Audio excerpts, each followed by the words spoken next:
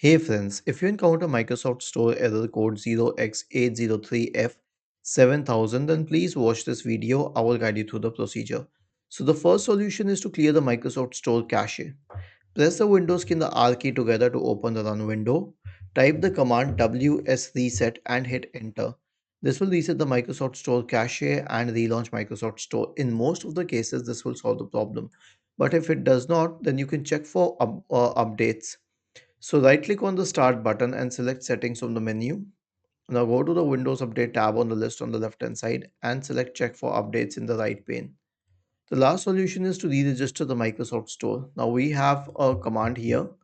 Copy it, search for PowerShell in the search bar and click on Run as Administrator.